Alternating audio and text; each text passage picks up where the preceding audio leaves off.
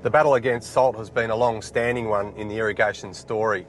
The introduction of land clearing and inefficient irrigation methods by the early settlers created a rising salt problem in the groundwater that had been locked up for an eternity. There's some respite through interception programs that lend themselves to making use of the salt by harvesting it from groundwater. That's the case here at Pyramid Salt in northern Victoria. Certainly not the prettiest setting in the world, but a really important one.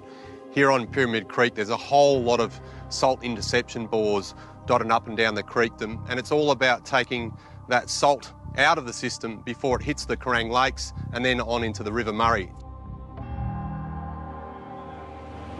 So most people think of table salt, but where does this stuff end up at? Well, this lot here goes into stock food salt. That's one of our big markets. But industrial salt, it's used many things, like making plastics. You can't make any plastic without salt.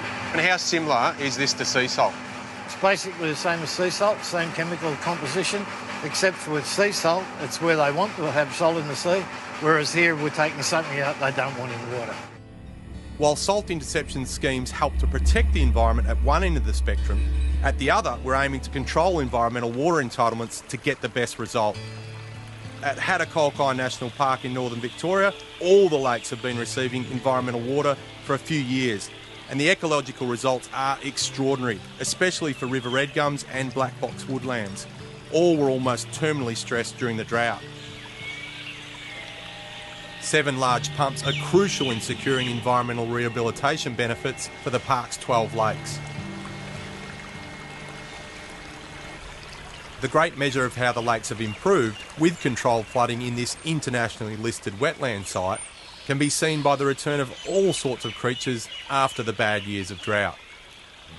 But flooding also impacts on people and properties, and that's often been the case here in Casterton in the west of the state.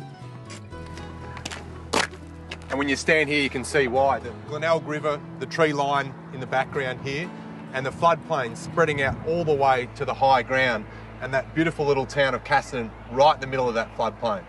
Floods that covered much of the town go way back to the early days. These photos were taken in 1906. You wouldn't know it with it meandering quietly in the background here, but with the Glenelg River, when it gets a big rain event and the town's only metres away in the background, that level can get all the way up to the 83 flood level. Now that's a lot of water.